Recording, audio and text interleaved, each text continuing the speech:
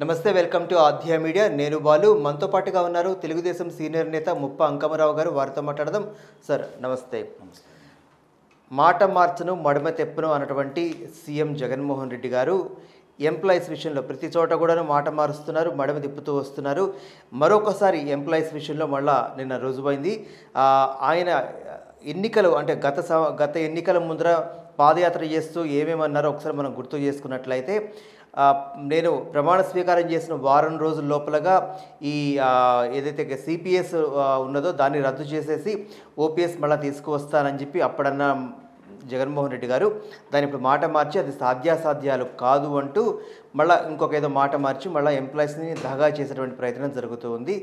దీన్ని ఎంప్లాయీస్ కొన్ని విడతలుగా అల్టిమేట్ ఇస్తున్నప్పటికీ కూడాను ఓవరాల్గా వాళ్ళకి మోసమే జరిగింది.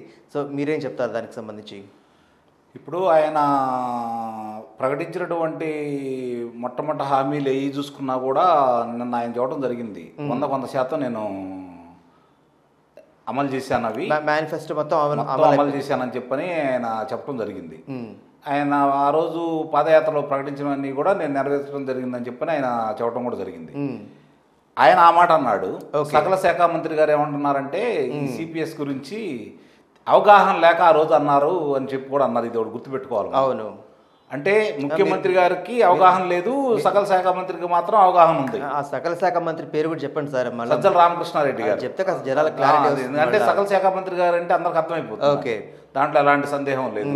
ఎందుకంటే అన్ని శాఖలకు సంబంధించి మంత్రులకు మాట్లాడట్లేదు కాబట్టి ఆయనే మాట్లాడుతున్నాడు కాబట్టి ఆయనే సకల శాఖ మంత్రి గారు అని చెప్పి ప్రజలందరూ భావిస్తూనే ఉన్నారు. Right, okay. కాబట్టి ఆయన పేరు ఉదహరించడం జరిగింది. ఇప్పుడు ఈయన అన్నాడు నేను రద్దు చేస్తాను వారంలో అని చెప్పని, ఆయనకు అవగాహన లేదని చెప్పని దాని మీద కూలంకుషంగా తెలుసుకోకుండా మాట్లాడారని చెప్పని సజ్జల రామకృష్ణారెడ్డి గారు మాట్లాడటం జరిగింది. ఓకే. ఈరోజు ఉద్యోగస్తుల గురించి మీరు మాట్లాడుతూనే ఉన్నారు. ఇప్పుడు ఉద్యోగ సంఘ నాయకులు ఎక్కువ శాతం మంది వాళ్ళ అనుకూలమైన వ్యక్తులనే ఉండటం జరుగుతుంది. అవును, వాళ్ళే ఉద్యోగస్తులను మోసం చేస్తున్నారు. ఫస్ట్ అవును, ప్రజల్ని మోసం చేస్తున్నారు, ఉద్యోగస్తుల్ని మోసం చేస్తున్నారు. చర్చలో జరుగుతున్న తీరు వేరు, బయటకు వచ్చి వాడు మాట్లాడే విధానం వేరు. ఇలా డిమాండ్లు వేరు, వారి సహోద్యోగులకు వాళ్ళు చెప్పే విధానం వేరు. చాలా స్పష్టంగా కనపడతా ఉంది. ఓకే, అక్కడ మాట్లాడేది వేరుగా ఉంటుంది, వీళ్ళు వచ్చి మాట్లాడటం వేరుగా ఉంటుంది. మేము ఉద్యమం చేస్తాం, ఉధృతం చేస్తాం, దాన్ని ఏదో ఎక్కడికో తీసుకెళ్తామని చెప్పని ఉద్యోగ సంఘ నాయకులు మాట్లాడుతూనే ఉన్నారు. తర్వాత మళ్ళీ ప్రభుత్వం ఏదో ప్రకటించింది మాకు కొంచెం తృప్తిగా ఉందని చెప్పని వాళ్ళే మాట్లాడుతూ ఉన్నారు. కాకపోతే ఇప్పుడు వాళ్ళకి అర్థం కాదు ఏంటంటే నాయకుల తీరు, నాయకులు మాట్లాడే విధానం, ప్రభుత్వ విధానం క్రింద స్థాయి ఉద్యోగస్తులకు మామూలుగా అందరికీ ఉద్యోగస్తులకు క్షుణ్ణంగా అర్థమైపోయింది. కాబట్టి వీళ్ళు ఏదో నాటకాలు ఆడుతున్నారు, వాళ్ళకు కూడా క్షుణ్ణంగా తెలిసిపోయింది, ప్రజలకు కూడా తెలిసిపోయింది. ఓకే.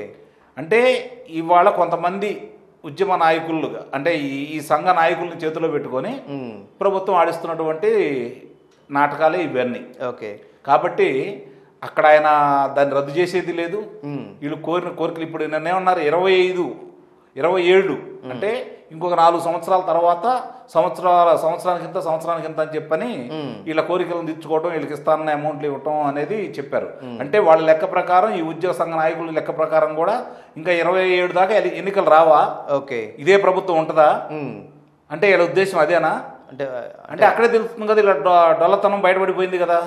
అంటే ఉద్యోగ సంఘ నాయకులు మాకు ఇప్పుడు తీర్చండి, ఇది అయిపోతుంది, ఓ సంవత్సరమే కదా మీకు ఎన్నికల సమయం ఉంది, తర్వాత ఎవరు వస్తారో మాకేంటి, మా కోరికలు మాకు అన్ని విధాలా మీరు తీర్చండి, మీరు చెప్పిన అమలు చేయండి అని చెప్పని ఇప్పుడు కదా అడగాల్సింది వీళ్ళు. అవును, అంటే 4 సంవత్సరాలకి ఇస్తానంటే ఓకే చేసి బయటకు వచ్చేసారు. అయితే ఇందాక మీరు అన్నట్లుగా ఎవరైతే ఉద్యోగ సంఘ నాయకులు ఉన్నారో కొంతమంది చెప్పేది లోపల జరుగుతుంది వేరే అంటున్నారు.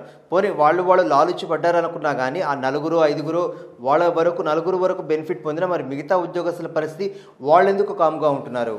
అదే కదండి, ఇప్పుడు సంఘ నాయకులుగా ఎన్నుకున్నారు వాళ్ళకి వెళ్తున్నారు చర్చలకి, ఈ ఉద్యోగస్తులు తీసుకెళ్ళట్లేదు కదా.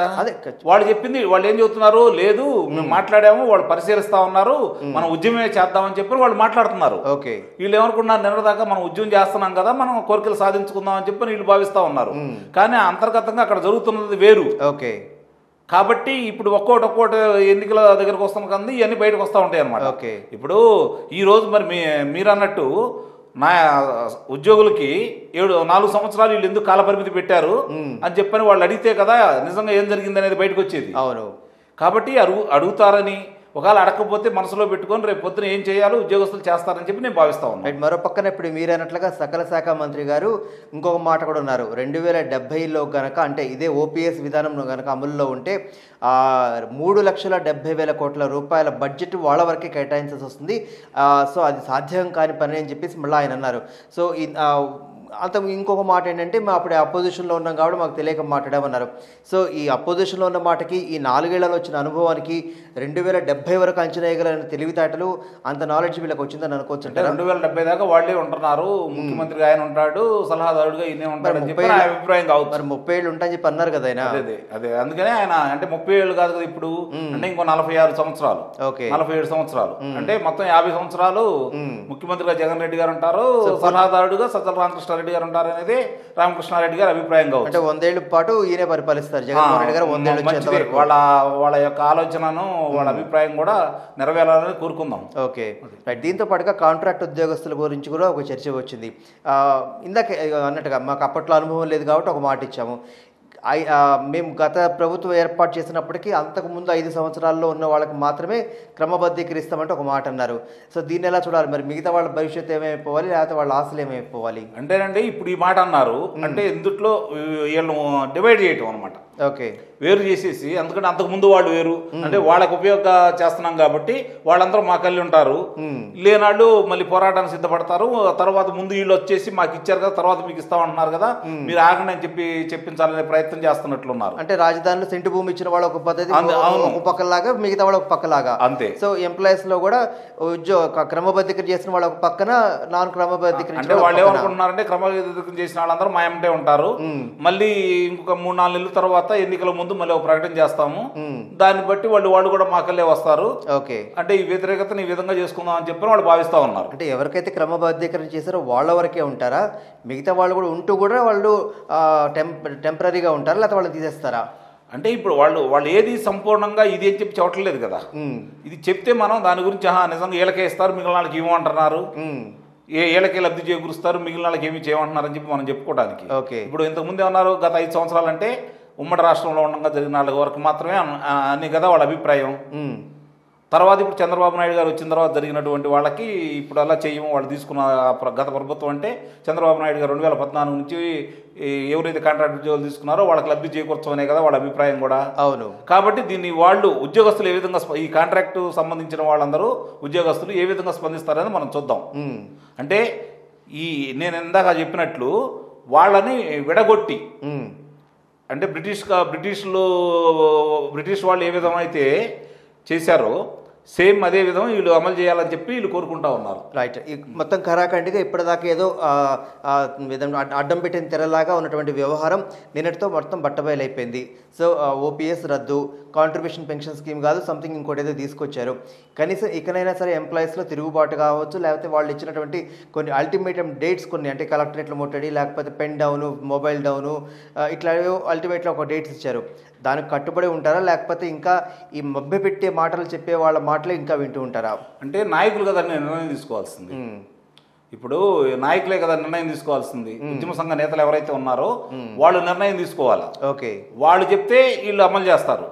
ఇప్పుడు ఉద్యోగస్తులు నిజంగా వాళ్ళ జరిగిన అన్యాయాలను గుర్తించేసి నాయకులను పక్కన పెట్టి వాళ్ళు ఉద్యమ కార్యాచరణలో కనుక వస్తే అప్పుడు మనకి ఏం జరిగింది అనేది ఒక అవగాహనకు వస్తుంది. ఓకే, అంటే ఇంకా ఉద్యమ నాయకుల చేతుల్లోనే ఉన్నారా, తెలిసి కూడా మనం ఎంత చేసినా కూడా ఉద్యమ నాయకులు ఎలానే చేస్తారు. కాబట్టి రేపు పొద్దున భవిష్యత్తులో వచ్చే ఎన్నికల్లో మనం ఏం చేయాలో చేద్దామని చెప్పి అనుకుంటారనేది ఉద్యోగస్తుల చేతుల్లో ఉంది. Okay, right. థ్యాంక్ యూ అండి.